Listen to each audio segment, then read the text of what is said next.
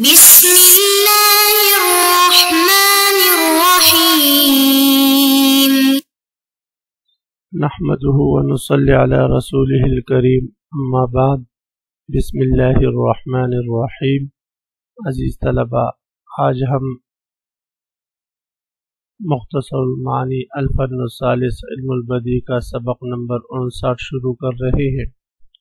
سب سے پہلے ہم حسب عادت آج کے سبق سے متعلقہ عبارت کو پڑھتے ہیں، اس کے بعد پھر سبق کا خلاصہ اور آخر میں عبارت کا ترجمہ اور مختصر تشریح ہم پڑھیں گے۔ عزیز طلباء، آج کی سبق کی ابتدا وَيَلْحَقُ بِالْجِنَاسِ شَيْئَانِ سے ہو رہی ہے۔ آپ حضرات عبارت پر توجہ فرمائیں۔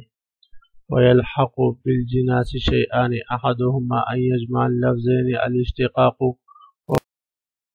وهو توافق الكلمتين في الحروف الأصول مع الاتفاق في أصل المعنى، نحو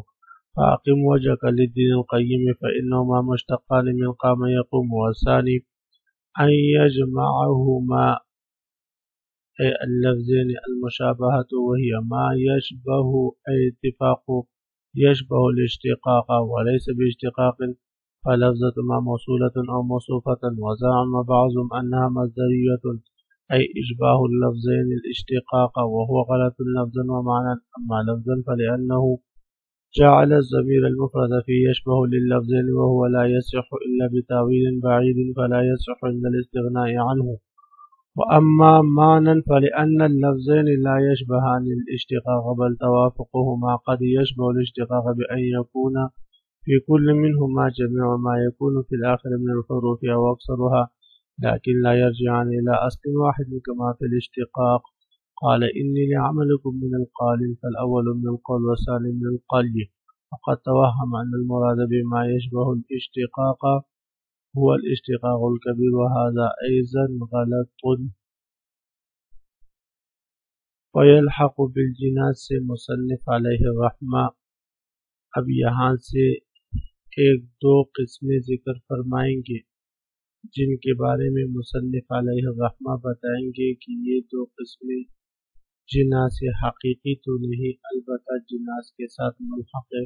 گویا کہ ملحق بالجناس کی دو صورت مصنف علیہ الرحمہ اس عبارت سے ذکر کریں گے۔ ملحق بالجناس دو چیزیں ہیں۔ پہلی قسم وہ یہ ہے کہ دو کلموں کو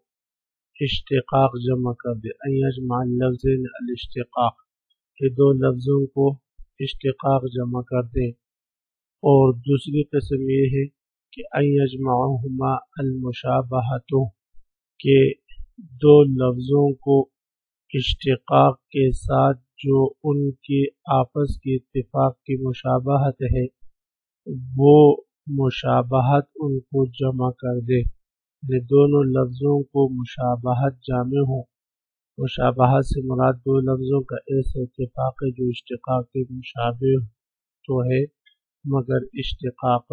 نہیں۔ یہ دو قسم مصنف علیہ الرحمہ آج کے اس سبق میں بیان کریں گے۔ اسی کے ضمن میں مصنف علیہ الرحمہ اشتقاق کی قسموں کی طرف بھی اشارہ فرمائیں گے، لہذا آپ حضرات ابھی ہی سے اشتقاق کی تین قسمیں نوٹ کر لیں کہ اشتقاق تین قسم پر ہوتا ہے۔ ایک ہے صغیر اشتقاق صغیر، دوسری قسم ہے اشتقاق کبیر، اور تیسری قسم ہے اشتقاق اکبر۔ اشتقاق صغیر کا مطلب یہ ہے کہ دو کلمے حروف اصلی ترتیب اور اصلی معنی میں متفق ہوں، یعنی دو لفظ ہیں وہ جو ہے حروف اصلیہ میں بھی متفق ہوں، ترتیبی حروف میں بھی متفق ہوں،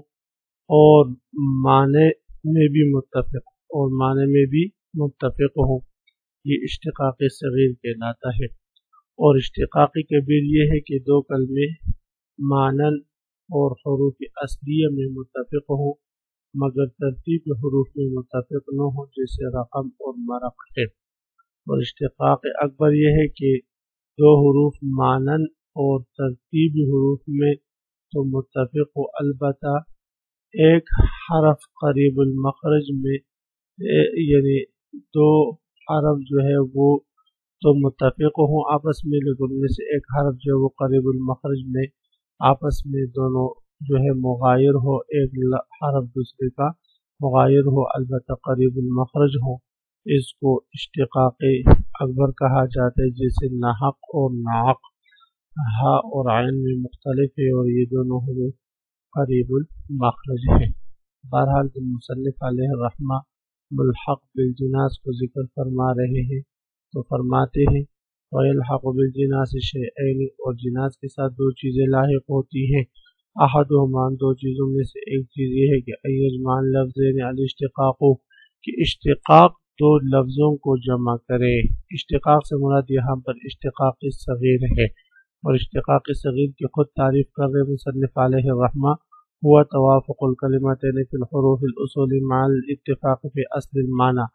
وہ دو کلموں کا حروف اصلیہ میں متفق ہونا ساتھ ساتھ مع الاتفاق فی الاصل المعنی، اصلی معنی میں متفق ہونے کے ساتھ، وہ توافق الکلمتین فی الحروف الاصول، حروف اصلیہ میں دو کلموں کا آپس میں متفق ہونا علی وجہ ترتیب والاشتقاق، ترتیب کے طور پر بھی اور اشتقاق کے طور پر بھی مع الاتفاق فی اصل معنی، ساتھ ساتھ ہے کہ اصل معنی میں بھی متفق ہو۔ جیسے فَأَقِمْ وَجْهَكَ لِلدِّينِ الْقَيِّمِ، آپ جو ہے اپنے چہرے کا رخ صحیح دین کی طرف قائم رکھیے، دین القیم یعنی صحیح دین کی طرف پھیر دیجیے، صحیح دین کے لیے قائم رکھیے۔ اب یہاں پر دیکھیں اقیم اور قیم یہ دو مختلف لفظ ہیں، اقیم امر کا صیغہ ہے، القیم اسم ہے، لیکن یہ دو لفظ ایسے ہیں کہ جو اصلی حروف میں متفق ہے۔ اقیم کا مادہ اصلی بھی قاف و میم اور قیم کا معنی بھی قاف و میم ہے، اور ترتیب حروف میں بھی متفق ہے اور معنی بھی متفق ہے۔ فإنہما مشتقان من قام یقوم، یہ دونوں قام یقوم سے مشتق ہے۔ یہ مصنف علیہ الرحمہ نے مشہور مذہب جو ہے وہ بیان کر دیا کہ جو وہ ہے یہ قام یقوم یعنی فعل سے مشتق ہے۔ یہ کوفیین کا مذہب ہے کہ ان کے نزدیک ماخذ اشتقاق ماضی ہے، جبکہ بصریین کے نزدیک ماخذ اشتقاق مصدر ہے، اور تحقیق قول بھی بصریین ہی کا ہے۔ بہرحال فإنہما مشتقان من قام یقوم، تو یقوم و قیم دونوں قام یقوم سے مشتق ہے۔ والثانی ان یجمعوا مع اللفظین المشابہۃ، ملحق بجناس کی دوسری قسم ہے کہ دونوں لفظوں کو مشابہت جامع ہو۔ مشابہت سے مراد دو لفظوں کا ایسا مشابہت ہے جو اشتقاق کے مشابہ ہو لیکن اشتقاق نہ ہو۔ دو لفظوں کو مشابہت جمع کرے، مشابہت کیا وہی ما یشبہ اتفاق یشبہ الاشتقاق، یعنی ان دونوں لفظوں کا جو آپس میں اتفاق ہے وہ اتفاق اشتقاق کے مشابہ ہوں، ولیس باشتقاق لیکن حقیقی معنوں میں وہ اشتقاق نہ ہوں۔ اب مصنف علیہ الرحمہ فلفظۃ ما موصولہ سے یہ جو جملہ گزرا کہ ما یشبہ الاشتقاق، اس کی ترکیبی حیثیت ذکر فرما رہے ہیں۔ خلاصہ یہ ہے کہ ما یشبہ میں ما موصولہ ہے اور یشبہ الاشتقاق یہ جملہ اس کے لیے صفت واقع ہو رہا ہے۔ ما یشبہ الاشتقاق یا یہ ہے کہ ما جو ہے وہ موصولہ ہو اور یشبہ الاشتقاق یہ جملہ اس کے لیے صلہ واقع ہو۔ بعض رات کی رائے یہ ہے کہ ما مصدریہ ہے اور یشبہ الاشتقاق یہ جملہ بتاویل مصدر ہو جاتا ہے اور مضاف الیہ اس کے لیے واقع ہوتا ہے، لیکن اس ترکیبی حیثیت پر مصنف علیہ الرحمہ نے اعتراض کیا ہے،